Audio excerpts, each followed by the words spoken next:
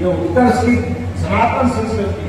इसलिए जब सभी प्रकार की ऋतुओं में ऋतुराज बसंत आता है और हमारी गुड़ी पड़वा आती है तो हमारा संवत हमको नए साल की शुरुआत कराता है। इसलिए हमने कहा अपने इस राज्य के अंदर जहाँ जहाँ भगवान श्री कृष्ण और भगवान राम के चरण धरे प्रत्येक स्थान को तीर्थ बनाने जा रहे हैं। पूरे प्रदेश के अंदर भगवान राम और कृष्ण के सभी स्थान बना रहे हैं।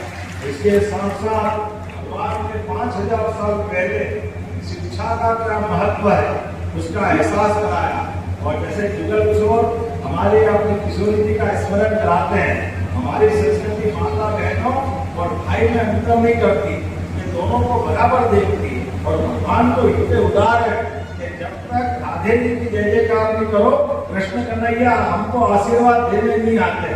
ये हमारी संस्कृति की विशेषता है। जब तक सीता माता को याद नहीं करो श्री राम भगवान के आशीर्वाद नहीं देते हैं। हमारे लिए परमात्मा की कृपा है, ये जो समता समानता का परमात्मा का आशीर्वाद। और भोजन पंगत में बैठो और भक्त पार्वती पते हर हर महादेव, तो अन्न देवता भी हमको अपने रोग रोग में अपनी ताकत ऊर्जा नहीं देते। इसलिए हमने कहा कि हमारे यहाँ सभी देवस्थान पर सरकार के माध्यम से जो लगेगा वो सरकार सब करने के लिए तैयार है। तो जुगल किशोर जी महाराज के यहाँ पर भी जब ये धाम बन रहा है तो हमने कहा जो पैसे कम पड़ेंगे वो और मिला के देंगे। सभी देवस्थान के अंदर कोई तकलीफ नहीं आएगा। इसी के साथ साथ भगवान कृष्ण शिक्षा की महत्ता बताए। इसलिए भगवान कृष्ण ने उनके मुखारविंद से हमारे चारों वेद 18 पुराण 64 कला 14 विद्या के बाद भगवान ने शांतिपनी आश्रम में शिक्षा ग्रहण करते हुए शांतिपनी आश्रम को भी धन्य किया। और गुरुवर शांतिपनी के जीवन के माध्यम से गरीब और अमीर की दोस्ती का सबसे बड़ा उदाहरण गोपाल कृष्ण और सुदामा की मित्रता का हुआ। तो इसलिए हमने कहा कि हमारे सारे स्कूल जो सर्व सुविधा युक्त होंगे वो महर्षि शांतिपनी के नाम पर बनाए जा रहे हैं। पूरे प्रदेश के शांतिपनी विद्यालय उनके गुरु के नाम पर बनाए जा रहे हैं। और नगर नगर में भगवान ने युद्ध के कोलाहल भरे माहौल में भी शिक्षा की महत्ता क्या होगी, चुनौतियों के बीच गुरु का ज्ञान याद हो जाए, इससे बढ़िया कौन सा होगा।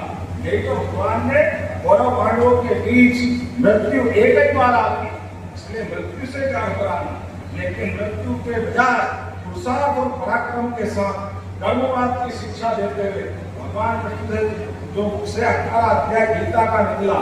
इसलिए हमारी सरकार गीता जयंती भी प्रत्येक वर्ष धूमधाम से मना रही है और गीता भवन के नगर नगर में बना रही है। कोई नगर ऐसा बचने वाला नहीं जहां गीता भवन नहीं बनाती। गीता भवन के माध्यम से सभी प्रकार के उत्सव धार्मिकता के जो आयोजन वो भी कर पाएंगे। लाइब्रेरी भी रहेगी, बच्चों को पढ़ने के लिए उनकी अपनी सब प्रकार की शिक्षा दीक्षा के साथ विचार विमर्श की गंगा भी बहा करेगी।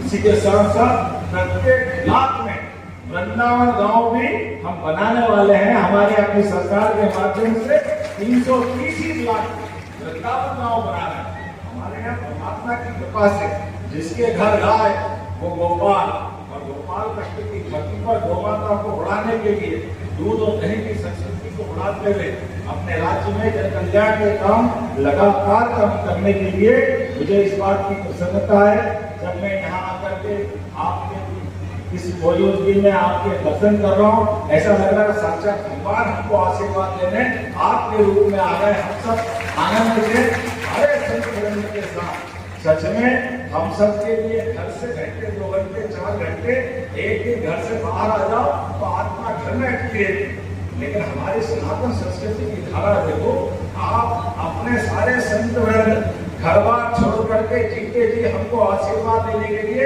अपना पूरा जीवन होम कर देते। मैं आप सबको प्रणाम करता हूँ, आप सबका वंदन अभिनंदन करता हूँ। और आपकी प्रेरणा से सन्मार्ग पे चलिए कि सदैव हमको ताकत मिलती रहे, यही आपसे आशीर्वाद चाहता हूँ। हमारी सरकार जन कल्याणकारी कामों को लेकर आगे बढ़ रही है, तो सारे काम कर रही है जिन कामों के बलबूते पर हमारी सनातन धर्म की संस्कृति और वो हमारे जो वेद वाक्य आपके माध्यम से गूंजते हैं, धर्म की जय हो, धर्म का नाश हो, प्राणियों में सद्भावना और विश्व का कल्याण। इसलिए हमारे अपने इस मध्य प्रदेश के अंदर यशस्वी प्रधानमंत्री के आशीर्वाद से जब अयोध्या में भगवान राम मुस्कुरा रहे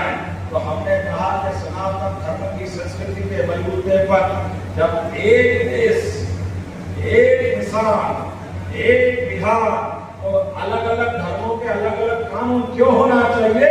सबका एक ही कानून होना चाहिए। जब रामचंद्र की एक शादी होती है तो रहीम